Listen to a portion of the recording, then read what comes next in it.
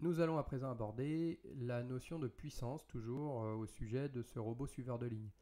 Alors en effet, lorsque le robot va avancer, eh bien, les moteurs vont être obligés de développer une certaine puissance et donc cette puissance dépendra de pas mal de choses, euh, notamment la façon, enfin le terrain sur lequel roule le robot, par exemple. Hein. Les roues vont frotter sur, plus ou moins sur le terrain, ou alors tout simplement les rendements des moteurs. Est-ce que les rendements des moteurs sont bons?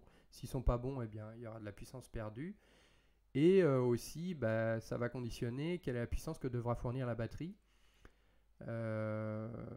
Et ça veut dire qu'on essaye d'optimiser justement les rendements un petit peu partout. Alors, on va définir cette notion de puissance. Donc ici, voici pour commencer la notion de force. Hein, il va falloir qu'on définisse tout ça.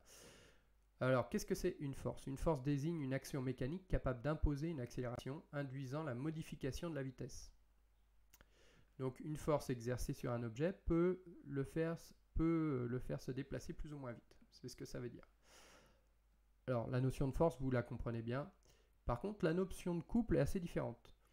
Enfin, il y a le parallèle, mais on est en rotation. Donc, un couple est l'effort en rotation appliqué à un axe.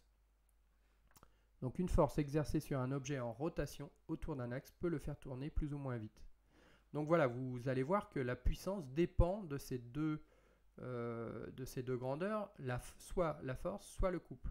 Et en fait, tout dépend de la situation dans laquelle on se trouve. Si vous êtes en translation, on va utiliser la force. Si vous êtes en rotation, on va bien sûr utiliser le couple. D'où la définition de la puissance pour un déplacement, donc en translation dans un premier temps. Alors la puissance mécanique d'une force est l'énergie que l'on peut acquérir ou perdre avec cette force sur un temps donné.